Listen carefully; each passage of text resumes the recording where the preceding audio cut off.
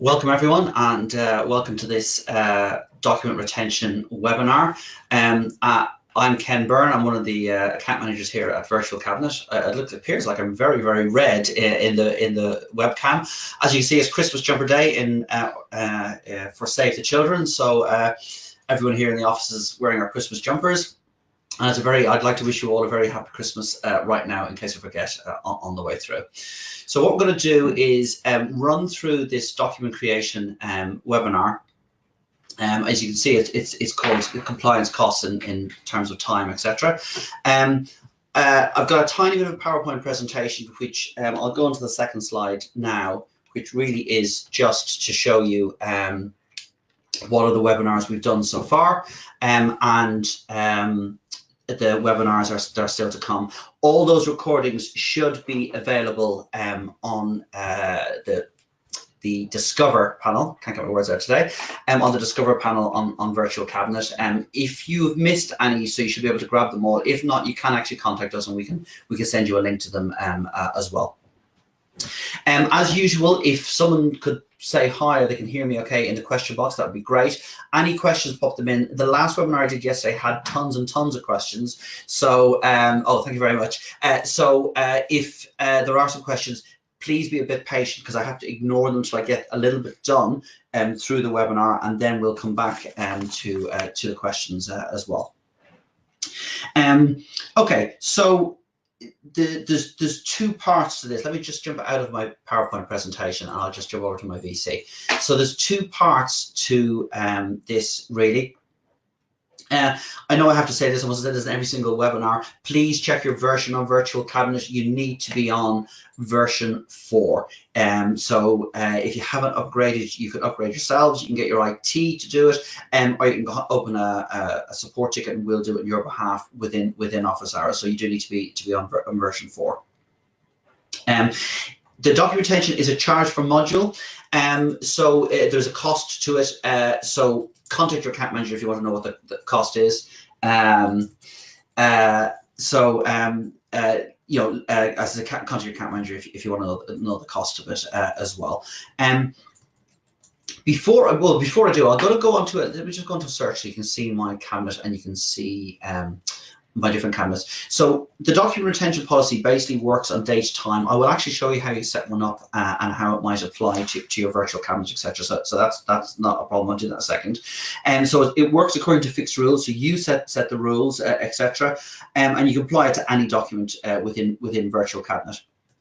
And a point to note, actually, if you upgrade to version 4, it does say it in the release notes, and it does say it before you upgrade to version 4, any previously deleted cabinets and any previously deleted documents will reappear in a grayed out state in your virtual cabinet because you've got the destroy function there, which means you can actually destroy them and get rid of them. Okay, so just be aware of that. We had a couple of clients come back to us and said, obviously, you haven't read the release notes, so you're aware of that, etc. And a big point to note is that we will not destroy your document. So we can assist you in setting up the rules, etc., but you then have to go and destroy it. So to give you a little bit of background, so there's two parts, as I said just a while ago, onto the document retention. There's one part in some that you can change the structure of your virtual cabinet that may assist you in how you manage this going forward. And the second part then is actually the document retention policy.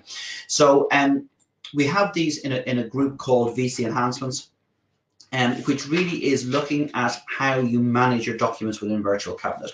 So if you look at them, if you guys have been with us for quite a while and you do a search, sometimes you do a search and you might have a 1,000 document limit or a 5,000 document limit, irrelevant. You'll do a search, maybe just what I call a lazy search, so you just put in the client name, hit search, and you'll return a lot of documents back.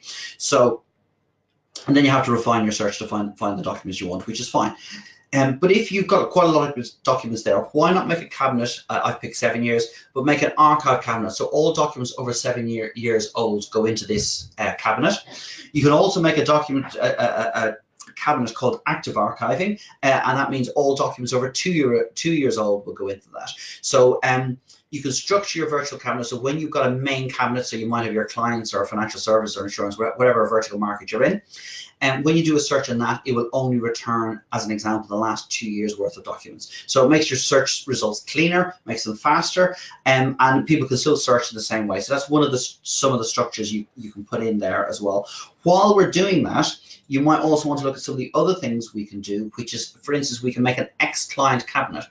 So when you make a change in your practice management system and you say this client is now an ex-client, we can automatically reindex those clients to the ex-client cabinet. Okay, we can also make a prospect cabinet.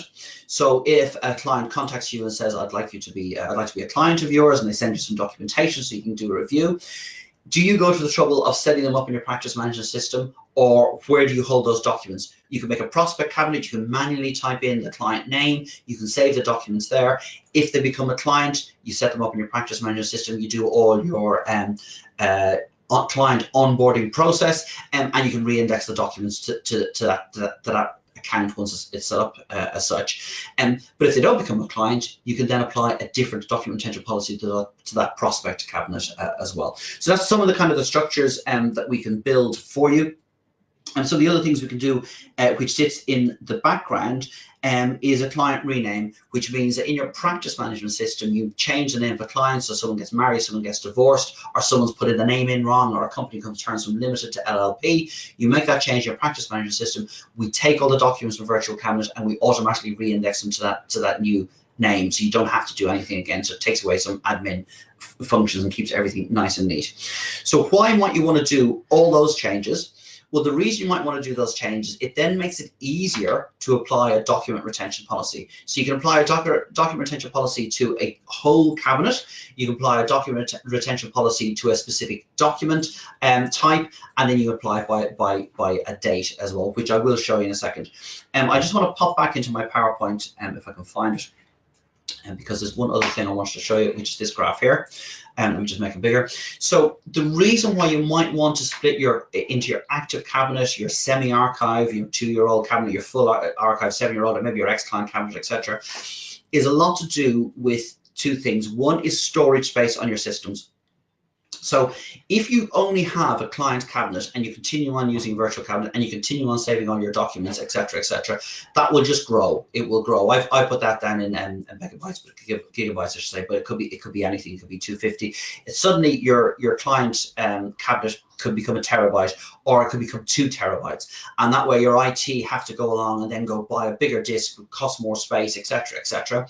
Why not cap it as such? Because after all the documents, when we become 2-year-olds, go into a semi-archive, they can be held in a different file store on a different disk. Your full archive could be held on a different file store on a different disk as well, and that way it would you could use a very slow disk for that as well. So your IT infrastructure can be managed. The speed of virtual cabinet can be kept consistent and fast, and as you go through, then you apply these green arrows, or you apply your document retention policy to each. They all move when they hit a certain date, and when they finally get to a certain point, we're now going to be able to automatically destroy them as well. So that's some of the things I wanted to show you about how to do it. So one is about managing your documents. Obviously, you want to be compliant in destroying documents, and it does save you space. So when you delete a document, that document still exists in the SQL database. It still exists on your server, so it still takes up space. When you destroy a document, we take away the document itself, any previous versions, the metadata, and the audit trail. To all intents and purposes, that document is then completely out of your system,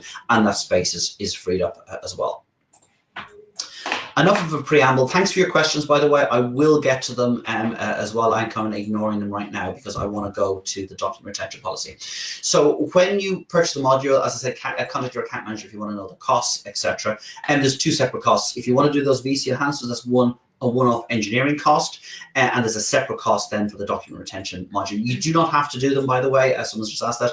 You don't have to do those VC enhancements. It's just a suggestion, a best practice type thing, and it just depends on the size of your company, the size of your organization, and how you manage your infrastructure. So you'll have 2 parts to your document retention. The first part will be configure retention services. This is not particularly exciting. I just want to show you, this is something that we'll set up, and it only really affects people if they have multiple file stores. So some of the larger clients, and I actually haven't looked at everyone that's on this webinar, but any of those clients that have multiple file stores, then you have to have a document retention policy for each of those file stores. That's all I'm going to say on that. We can give you advice or support when we come to do it if that's necessary. And then you'll have the retention policy itself. So if you look, I've got 2 retention policies set up, okay? And let's say I want to set up a new one, and I'll walk you through the steps that you have to do, and hopefully it should answer most of your questions on what the document retention policy will do for you. So if you hit add, I'm just going to move these across a little bit, if it'll let me, there we go. So it gives you a little bit of preamble, but basically what it says is you really need to understand which documents are affected, what's going to happen to them, and when will this occur. They're the 3 things. And I would say if you do start looking at document retention policy, you really need to understand what your document retention policies are on what type of documents. So if you're very organized and you have all that written down, that's easy. You can then go and apply the document retention policy straight away. If you don't just jump in here and start trying to build the policy. Look back to your virtual cabinet, look at your structure, understand what document types you have, make some notes of that, and then come to this point, okay? So I hit next. Okay, at the moment we've only got destroy as a choice within this module. We will build more actions as we build this, and it's a really good point. I've made it quite a few times in the webinars, and all these webinars are focused because they're requests from yourselves, from our client base, saying we'd like to see this, we'd like to see that, so that's why we're putting them on. The second thing is, in terms of development, if we have missed a trick here or missed a point that you need to do in your organization, and I've already had really good feedback from a couple of clients from my previous webinar just yesterday on this, saying, well, actually this would be an interesting thing that you could build in as well. So if you have any ideas at the end of it, let us know, and we can go and review and see if we can build that into our into this module as well. Okay, so we're going to destroy our documents. Okay, and then it brings you into your virtual cabinet itself. So these are my virtual cabinets. As you can see, I've got multiple cabinets. A lot of you won't have as many cabinets as that, which is fine. And I just got to grab a accountancy cabinet for the sake of argument. It's easy one to see. Now you can apply the retention policy on anything. I don't suggest you apply it on dates, on specific dates right now, because the date comes later on. So let's apply it on a document type, okay? So let's say I'm going to pick a document type, and I'm going to pick it general correspondence, shall we say, and I'm going to hit next. And what it allows you to do now is it allows you to say, choose the correct dates. You've got 2 choices here. So I'm going to apply a document retention policy on my correspondence file, and I'm going to say it's either last modified date or entry date. They're your 2 choices in virtual cabinet in the document retention module. Let's say last modified date, older than 7 years. So any email, this is correspondence, or any letter that's gone into virtual cabinet with that document type that's 7 years old, I'm now going to destroy. For the sake of argument, I'm just going to show you. I'm actually going to change that just because I haven't got 7-year-old documents in my virtual cabinet because it's my demo system. So I'll just change that for now so you can just see. And I'll hit sample. When you click sample, so it's telling you here, you're going to destroy last modified date, older than 1 month, for client accountancy and accountancy documents in general correspondence, etc. So what it's saying here in this little box is this will give you a sample. This is just to give you a view, an idea of what documents are. It's like a sanity check to say, okay, am I doing the right thing? Are these the type of documents that I'll need to destroy in the future? I'll just let that load, just take a second longer. Oh, it's on my other screen. Okay, I've returned 14 results. Obviously, in your case, you return 1,000, 5,000. It could be 100,000. It doesn't really matter. So this gives you an idea. You can have a look. You can see, yes, these are the right types of documents. These are the entry date. These are the modified date. That's okay. These are the type of documents I want to get rid of. That's okay. Exception number 1. Number 2, you'll see the grayed out documents are previously deleted documents, but not destroyed. So those grey documents don't exist, etc. And thank you for your questions as well. I was literally coming on to it. And this display will only show you documents that you have access to. Okay, so if there were customs extensions on certain documents that had super security on them that I couldn't see, I personally couldn't see, then they will not show up in this sample test, but they will be destroyed according to the rule. If they were in a particular cabinet that I didn't have access to, they will not show up on this, but the document retention policy will apply to them as well. So that's why I said before, right at the start, understand what your retention policy is and what you're applying it to. This is just your sanity check for etc. So okay, this is again just to give you a sample of what's going to happen. Okay, I'm just going to go back previously because remember I put in 1 month. I'm just going to put seven years on there. On this, if you have a partial one, so I know in insolvency, some of my insolvency clients have a certain set of documents that once the case is closed and they want to keep for 15 months, so a year and a half or whatever, you can put 1.5 in here. It won't let you. And so what you need to do is you need to change it to months and put in whatever it is, 18 months for 1.5 years, etc. Okay, so I'm going to leave that at 7 years. I'm going to go next. It then asks you to give you a document retention policy name. So I'm going to call it Core 2.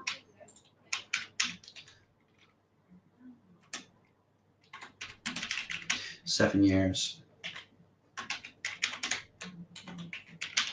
Okay, and I'm now going to go finish. And then it's basically giving you a last final warning saying, are you happy for this retention policy to start handling documents? And I hit yes. And that now is a document retention policy. You can change the order in which they take place. And that might be because you're clearing out one cabinet, another cabinet, etc. So you can do that as well. And once you get into it and start building these further, you'll kind of understand why you want to get those there. So that's it. That's the document retention module. I'm just going to save and close, and I'm going to go back over that again because it's probably better always to see things twice. So I'm just going to click, and again, it's telling me what the document retention policy is, which obviously allows you to comply with regulations out there. It also allows you to save money in terms of space, etc. And most importantly, it allows you to automate internal business processes. Now, I do, as an example in this, I had a client probably 6-8 months ago. I was talking to them about the new document retention policy coming up, and they basically said to a smallish client of a 10-15 user. And they said to me, well, we don't want to pay for it. We're not big enough, etc. And what we'll do is we'll just diarize it every month. I'll sit down my admin and we'll go through it and we'll decide when we delete and destroy documents. And I said, fine. So when this document retention version 4 was released, I gave him a ring and said, oh, version 4 is released, document retention module's there. Got chatting about how it worked, etc., etc. And I said, as a matter of interest, in the last 6 months, how many times have you sat down with your admin? He said, well, I sat down on the first month, and then every month after that, I cancelled it because I was too busy to get around to doing it. So it doesn't work if you don't automate it up. You can put it in your diary, so you don't actually need a document retention policy, but you're going to have to sit in your diary. You're going to have someone very senior in your organization, because you are destroying documents, to agree that these documents should now be destroyed. And the reason we built this was about automating the whole process, so it's done, signed off at a high level, and then it just goes and it runs, etc. So that's something. Again, it gives you the reminders of which documents are affected, what's going to happen to them, and when will this occur. You hit next. There will be other things here in the future. So some of the things we're looking at in the future is maybe to put in a step in here that's like deleted documents after 6 months could then be destroyed automatically. So that will go for all deleted documents. So that will keep your VC quite clean in terms of deleted documents. And you can set up a rule to do that anyway, but it might be easier just to do it here. We're also looking at things like the right to be forgotten. So at the moment, we're focusing very particularly on the date of a document, on when it ages, when it disappears. But what about the right to be forgotten? That's focusing not on the date of a document, but the name of a person associated with a document. So it may not fit in here perfectly, but we are looking at that, a right to be forgotten. So if you had a client called Ken Byrne and they wrote to you and said, I'm now no longer a client of yours, can you please make sure all my documents are gone? You can say, well, we've got a document retention policy, so it's set up automatically so that we are compliant. But if someone said the right to be forgotten, you might be able to go on and click a button, Ken Byrne, and we bring back all the documents, and then you can go and delete and destroy them as well. And we're also going to strengthen the reporting on this side of things as well, just to show you where your large store of files are. where your, where your all your files are, where it's taking up a lot of space, etc. So you can visualize that as well. So there's some of the things we're working on in the future. They're not there now. I'm just showing you what we've got right now. So again, you go along, you pick a cabinet. You can do it across a whole cabinet, by the way. So as another point, someone asked earlier on. Sorry guys, there's a lot of questions popping in, so just please bear with me as well. I will try and answer all your questions at some stage. You can do it across an entire cabinet. So I can say, here's my client accountancy tab. Let me go my archive 7-year cabinet. Webinars just remind me for the webinars. So I'm going to say, okay, on my 7-year cabinet, I'm going to do last modified date older than 7 years. I'm going to go next. I can click sample and it will bring back a sample of those documents that are going to be done. I can then enter in a retention policy name, and then I can make that a policy, and then all those documents, once they become over 7 years old or whatever, 8 years old, whatever you put in that box, will then destroy the documents automatically.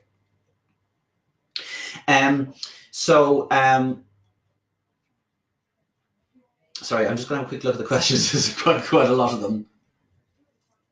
So there's a couple of things.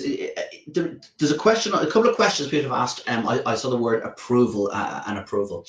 If you're concerned, or if you want to do this a different way, it is possible to do it. This is an automatic document retention policy. So if you've got a policy written down in your organization and say, after this date, we will get rid of those documents, someone can set these up. You can look at them and say, yes, that is correct. That's what's going to happen. And then it runs automatically. There is at no point where it stops and says, oh, actually, can someone please approve this button press? And because if that's the case, you can't automate it. That's not an automated system. That's a manual system. So the approval would be the approval at the start to say, yes, this document retention policy is set up in the correct way according to our document retention policy within our organization. This module works, and we're just going to go ahead and do it. As I said, if you want to approve them before they're deleted, then don't do this. Set a diary up in your organization and sit down with your admin and go through it, etc. I had this conversation with a client of ours over Bristol direction. I can't remember exactly where. And when they looked at it, they said, oh my God, I've got 47,000 documents to delete or destroy. And I said, yeah, who's going to sit down and go through all 47,000 documents? It's just not going to happen. You might look at them and say, yeah, these are okay. So that's where the document retention policy comes in. It comes in, you said, yes, we've agreed, and it goes as well. You can, sorry, someone else asked a question. You can, let me just jump out of here. Sorry, I just thought I'd answer the questions as they popped in. Let me just jump out of here. So what we can do for you is we can set up these different cabinets. So we can say, if you're, let's say you're in the insurance industry, and you've got your main client cabinet. It won't be called client insurance, it'll be called client. But you've got your main client cabinet, and you're saying, after 5 years or whatever, I want of the document going into VC, I want it moved to a archive cabinet. We can set that up for you as well. So we automatically reindex those to a new cabinet for you. So it keeps this neat. It then moves it into an archive cabinet, and then you can apply your document retention policy directly on that whole cabinet because you know all the documents have been moved. Part of that routine, and this works for financial services and accountancy even more, you may have a document type called permanent. You may have a document type saying, no, we need to retain this document forever or for 50 years or whatever it is, like proof of ID or whatever. You would not then move the documents from those documents, for the permanent documents, into the archive cabinet. They would always remain in your client cabinet, or they can move somewhere else. And then your archive cabinet that you've re-indexed, you've agreed what's going to move there, all the documents basically that can be destroyed after a set at the time, and then you can apply your retention policy directly to that archive cabinet. Hopefully that kind of makes it a little bit clearer. So again, the power is in your hands. So we may have to rejig, if that's the right word, reset up your virtual cabinet to set up these new cabinets, to set up these routines that will pull the documents across from one cabinet to another cabinet, so you can apply the document retention policy onto those specific cabinets. That's possible as well. Because if you look, and we've set it up this way deliberately, by the way. Let me just come back to here. I'm going to flick through these really quickly. Apologies. If you look, when you go to a pick a document type. Sorry, I went too quickly. So we've got a client accountancy. You can't pick more than one at a time. So you need to set a document, a retention policy, either per document type or per whole cabinet.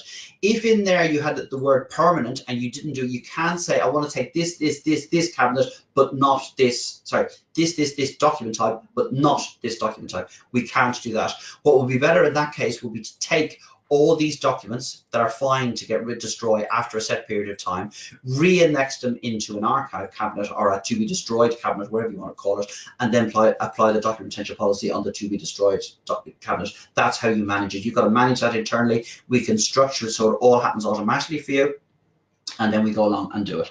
I think that's answered. Hopefully, that's about 3 questions people asked. I hope that's clear. So we can archive documents to a different cabinet. You just tell us when, and we can sort it out. As I said, there isn't a pause for approval of full list of documents before they're destroyed. This is an automated system. So virtual cabinet is about 2 things. One, it's about a document management system, obviously. So it's a one place in your organization where there's one source of truth where you put all your documents, all your emails, any documents the client send, any documents that you create, all against a client file, so you can review it easily, you can manipulate it, you can share it around the office, and everyone knows what's going on. And once you've done that part, the second part is about efficiency. How easy can you find those documents? How easy to get the documents in? How easy is it to get the documents back out again to share them with a client? And how do you manage them in terms of compliance? And that efficiency is really important. So this is slightly off topic, etc., but the efficiency is really important. So when we go and see clients, we talk about efficiency, and I do sometimes talk about clicks with clients and say, right, it's taking you 12 clicks to get that document in. If I reduce that down to 3-4 clicks per document, but that's 10 people in your organization, and they do that 20 times a day, multiply so many clicks, etc., that is a big time saving. So that's where the efficiency comes in. This document retention policy is part of that. You can manually do it. You can manually go along and do a search across your entire virtual cabinet. For instance, you can do a modified date. You can find the last modified date. I'm not going to bother right now, but let's just say it's document entry date, and you can go, okay, I want to find all documents that were entered into the virtual cabinet some time ago. So let's go since 2014, since February 2014, since the 1st of February 2014. We'll do a search, and we could do a date range on that. So anything before up to the 1st of February, etc. We can do a search on that. You can highlight all those and go directly to destroy. So that is possible to do, but that's not an automated system. That's a manual system that you can do, and you can do that right now if that's the way you want to go. There's also a new feature. If I just search, I'll just search across this entire cabinet. There's also a new feature within Virtual Cabinet, which is directly to destroy. So I don't know if anyone's seen that, etc. So I'll talk about. People have asked about delete and destroy. So let me have a look. That would help if I actually cleared my search looking for documents in 2014. I didn't have my cabinet set up then, so I can't have any documents from there. So I've just done a search across the entire cabinet. So for instance, if this email I want to delete it, you can delete it, but you can also actually go straight to destroy. So before you had to delete it, then you had to go and do a search on deleted documents only, etc., and then you can hit destroy. Now you can go directly to destroy if you got the relevant permission. I would recommend, not many people have the destroy facility in your organization, and they have to be at a suitably high level, because once you hit destroy, it will say, are you sure you want to destroy the document? And you say yes, and it gives you one more warning saying there's a permanently delete the document. As I said earlier on, it takes away the document, it takes away all previous versions, it takes away the metadata, and it takes away the audit trail, and that document now no longer exists in my cabinet as well. And you can do that for one document, you can do it for multiple documents, etc., and you can manually do that. So what you could do is you can do a manual search for deleted documents only. and I hit a search. Now I'm going to search just for documents that have been deleted within this cabinet, and then you can highlight them all. Let it return it back again. So these are all, you can see they're all grayed out. So I can grab these documents, I can grab some of them, all of them, etc. I can right click and I hit destroy, and then it'll give me an example, etc. And those documents are destroyed and removed out. So you can do that on a regular basis if you wish to do so. But as you see, even 143 results, I'm not going to be able to go through all of them. If there's a lot of documents coming up at the age, you're not going to go through all of them and flick down and say, right, oh, what about this iPhone exchange backup? Is that correct, etc. It's not going to happen as well. So that's why we've developed this automated solution. So delete and destroy are in version 4. They might have been in version 3.7, but you need to be version 4 anyway for the document retention policy. So they're on version 4. You can turn it on. As I said, you need to make sure it's only available to certain people in the organization. And that's the delete and destroy. So hopefully I've given you an overview of some of the things that you can do with our retention policy. I've shown you roughly how it will look when it's been to set it up. And please contact your account manager if you're interested. So it helps you obviously with compliance, it helps you with efficiency, it helps you with storage space, and it's a completely automated process. That's everything I want to talk about now. This is my last webinar before Christmas, so I wish you all a very happy Christmas. If there is anything else that you want to see or hear or whatever, I'll leave this open for a little bit longer. Please stick your questions in there. If I haven't answered your question properly, or I've kind of missed it, etc., there were quite a few questions on there. Feel free to contact your account manager to discuss it further. Some of these things probably are better with a telephone call discussion sometimes to discuss what you want to do. Not too bad for me. Only 30 minutes or a little bit over 30 minutes on a webinar, which isn't too bad for this particular topic.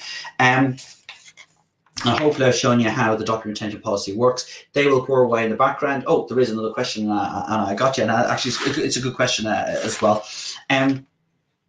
The retention policy works on the server side. Okay, it doesn't work on your actual virtual cabinet yourself. It works on the server side, so it doesn't affect performance. So if you turn it on now and get it working now, it won't affect performance. We tested. We made a cabinet with 1 million documents on it, and 1 million documents in it, and we then applied the retention policy to delete all documents from basically today, etc. So delete those 1 million documents. We set it running and we tested the virtual cabinet, and it was absolutely fine. There was no change in performance whatsoever, because that happens on the server side. So sorry, good question. I don't think I covered that as well. Okay, that's everything I wanted to show you. If there's no more questions, etc. So yeah, okay, so if there are more questions popping in, which is fine. So I'll just jump up to 2 slides. That one. So yes, we can do this for you now. It's not part of the document retention module. It's completely separate to that. But we've been doing this for clients. So this part where we set up an active cabinet, we've set up a semi-archive cabinet, a full archive cabinet, an ex-client cabinet, a prospect cabinet, all those kind of stuff. We can do that for you now. There's nothing to do with document retention. What it does allow, we did that for a while, and the reasons were, in terms of saving space, managing your IT infrastructure, that kind of stuff. We could do that for you now. There's a separate cost for that. There's a one-off engineering cost for the engineer to come along, consult with you, see what you want, set everything up, test it's all working, set up the script so everything moves at the right time and all that kind of stuff. We can do that for you right now. And the reason I'm mentioning it now is that it fits very well in with the document retention. So the document retention is a paid for like subscription type module. It's a license fee basically that keeps running as long as you've got virtual cabinet and runs in the background. And the reason I'm mentioning it now is because, especially for those clients who have permanent documents, and say, no, there are documents we can get rid of after a certain period of time, but there are documents we must hold on to.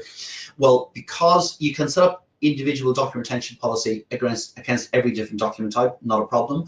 Or you can say, actually, I'll move all the documents that I don't need into a to be deleted, to be destroyed folder for sake of a cabinet, for sake of argument, and then you can apply your document retention policy against that particular cabinet rather than setting up individual rules for each one. So both are available.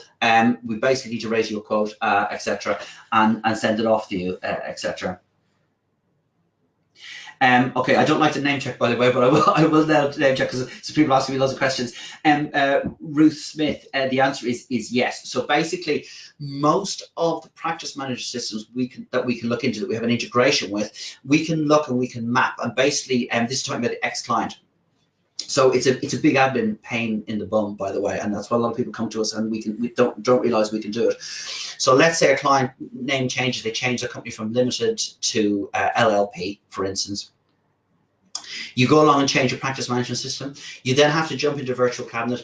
You then have to search across the old client name, find all those documents, reindex them to the new client name, etc., and then off you go again. We can map that process automatically for a client name change. We can also do the same depending on how you make your clients ex-clients. So some practice management systems have a button where you can just click and it says this is a client is now an ex-client. We can map and watch that, and as you click that button, so Ken Byrne is now an ex-client, in VC we'll see that's happened, and we will take all the documents associated with Ken Byrne and we'll reindex them to the ex-client cabinet. So you need to talk to us because it depends on what system you've got, but pretty much we can do that as well. Okay, sorry, my God, as I was finishing, even more questions, so you cut me out, etc. Let me just have a read of some more questions. Sorry, I missed a question, apologies. So when you re-index a document, it is not modified. The only time a modified document, let me just show you here. Let's go to not to be deleted. I'll just search across the entire cabinet. Basically, that is it's not when you open a document, it's when you edit a document. So a PDF will always be version 1 because you can't edit PDFs. But if I go to this Excel spreadsheet, as you see, it's version, it's a bad example because it's in the portal. Let me find I'll do what I call my lazy searches, which is basically just scrolling down. So here we go. This test document here. If I open it, it's version 2. And it will open it and it will still keep it at version 2 because I'm not in edit mode, etc. So that will remain exactly the same. If I go along and edit that document, so here we go. Here's the document. I've opened it. That's fine. That's the document. That's okay. That's great. I'll close it again. It's still version 2. If I right click and edit that document, now that becomes version 3, and the last 3 and the last modified date will be today. So you see the modified date is 18th of October 2018. Here is the document here. I'm going to change it. So I've added a finish to it. I can go into my virtual cabinet. I can say save that version. Okay, and I'll go right click and close. And as you'll see when that refreshes, let me just find the document again. That will now be version 4. Apologies, because on my system, when I'm doing webinars, it really slows down my VC system as well. Oh, I forgot to even look because I was rushing. I forgot to even look at what document it was, but that will now be version 4. That was probably the worst demo I've ever done in my life, which is quite nice for you guys to see. But that will now be version 4 of that document because I've now modified it, and we can do it on today's modified date. Actually, will probably be an easy way to search. And there it go up to the top. And there we go. That was the document I just modified, and I think it was version 2 to version 3, or I can't remember if it was version 3 to version 4. But there you go. That will modify, and that's now the modified date, which is today. Yeah, Frank Gardens, etc. So if I make a few more changes.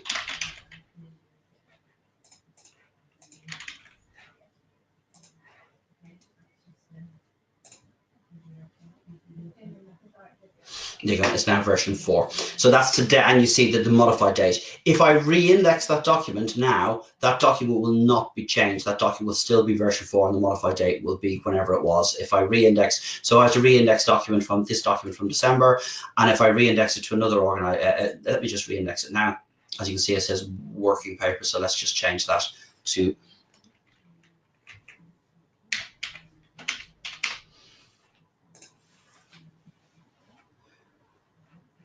it'll be corrected in just a second, but you can see the modified date is still exactly the same, hasn't changed. Okay, it turned out to be a good demo in the end, rather than me rushing. Just going to quick check the rest of the questions.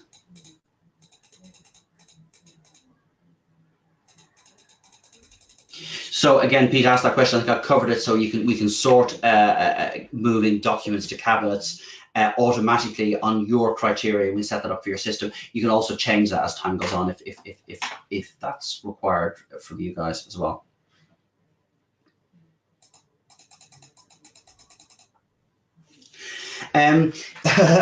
Pete's asked a lot of questions. So it's a specific question from a client. I might as well answer it here in general. The semi-automated destroy activity, if you only want to do it once a year, I would say we set up a cabinet called to be destroyed cabinet. We take the documents to be moved to be destroyed cabinet on the criteria that you require, you show to us, and then once a year you can go in and just highlight them all and hit destroy. It will slow down your VC, but if it's a once a year thing, because you're doing it on the VC side, you're not doing it on the server side, and we could do that. Yeah, but again, it'd be a semi-manual process because you'd have to approve it in the first place. And I think, oh, there's more questions popped in as well. Sorry. I didn't actually. Yes, so again, someone's picked it up, and actually it's a good question. I hope I covered it. Basically, if you've got different retention policies or retention dates on different document types, yes, you would have to set up one for each. But once it's done, it's done. And then the only thing you have to do is, as an admin function, is if you're changing those document types, but that's not something that happens, etc. So again, oh my word, okay.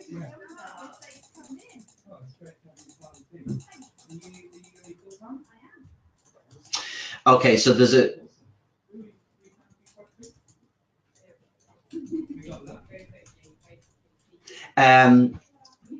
Sorry, I'm just reading this one. I'm trying to understand what it is. Okay, so at the moment, the document retention policy sits on the VC side of things.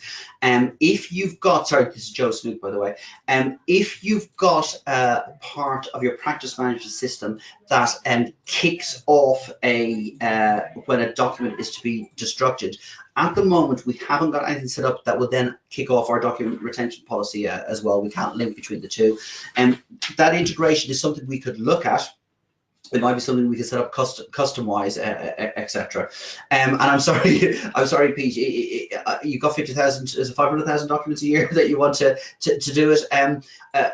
I think we need to have a further discussion on that, because I'm sure there's something we could do. And if it's a one-off function that you're doing, what I would anticipate is we'd move those documents to a to be deleted, to be destroyed document as well. Sorry, to be destroyed cabinet. And I would think if you're only doing it once a year, you would turn on the document retention policy. Basically, that once a year, you would apply the license, you would apply to that, and it would all work on the server side. That would be the way I would get over that. I don't know why you want to do it just once a year. In all honesty, surely those dates come in, but that's probably a deeper discussion that I can't do through a webinar. So let's have a chat with your account manager and have a discussion on that as well. I think it's possible. I think it's able, and if it's doing it on the server side, it wouldn't affect VC operation at all. So that's just a matter of how we would structure that as well. So those people that I kind of given a vague, I think the answers are a little bit vague. Come back to me when I will have a proper discussion. I can't do it in a webinar with everyone listening. We'll be here all day otherwise. Okay, if there isn't anything else, I don't see anything else coming up. Please come back to me and we'll have a discussion, etc. Everything I've shown today is what I wanted to show you is possible. It's there. It's live. Etc. So it's just a matter of us scheduling it in and doing it. Okay, have a great Christmas, everyone. This is my last webinar as well. I am going to treat myself to a glass of wine tonight. Thank you all very much. Take care and goodbye. I'll leave it open for a few more questions if it is, but I'm gonna put myself on mute now. Okay, and I will turn it off in a couple more minutes. Thanks, everyone. Take care.